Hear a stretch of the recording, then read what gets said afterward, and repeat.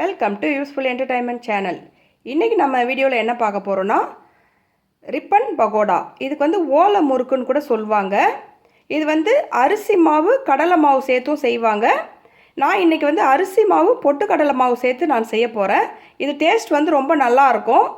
வாங்க எப்படி செய்யலான்றதை பார்க்கலாம். இப்போ ரிப்பன் பகோடா செய்கிறதுக்கு அரிசி மாவு இந்த கப்பால் 1 கப்பு நான் வந்து எடுத்துருக்கிறேன்.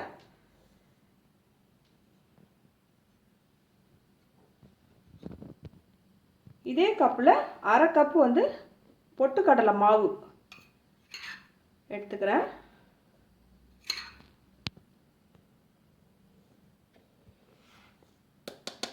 ஒரு கப்பு அரிசி மாவுக்கு 1/2 கப்பு பொட்டுக்கடலை மாவு. நீங்கள் மாவு அரிசி மாவு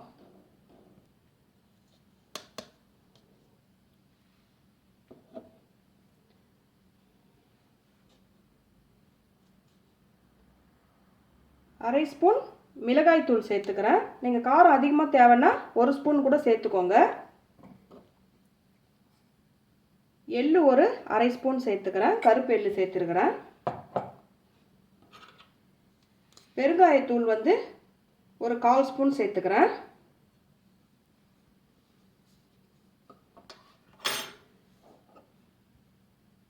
உருக்கிய பட்டர் வந்து 1 டேபிள் ஸ்பூன் சேர்த்துக்கிறேன்.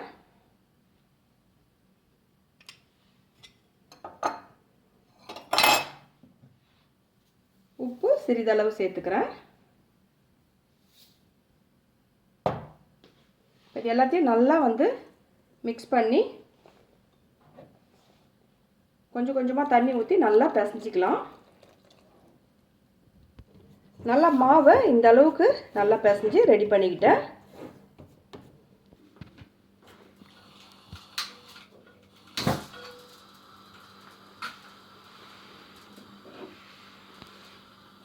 இப்போ கடாயில் எண்ணெய் ஊற்றிக்கலாம். எண்ணெய் வந்து சூடாகட்டும்.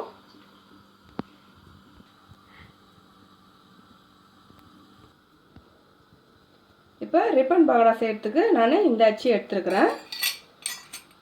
இந்த முறுக்கு அச்சில் வந்து உள்ளே சுற்றி எண்ணெய் தடவி இருக்கிறேன்.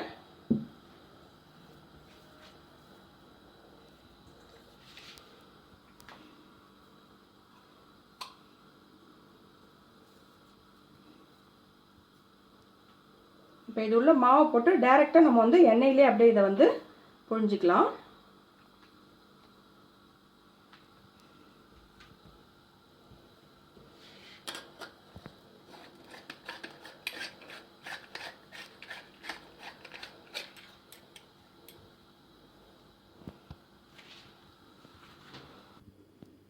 எண்ணெய் வந்து இப்போ ஹீட் ஆகிடுச்சு. நம்ம இதுலேயே அப்படியே டைரெக்டாக புழிஞ்சிக்கலாம்.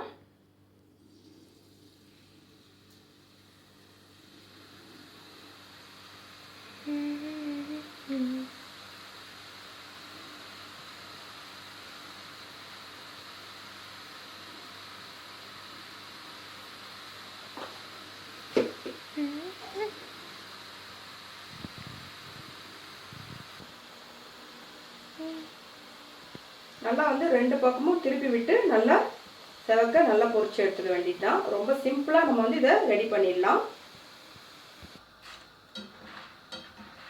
இப்போ நல்லா ரெடி ஆயிடுச்சு. நம்ம எடுத்துக்கலாம்.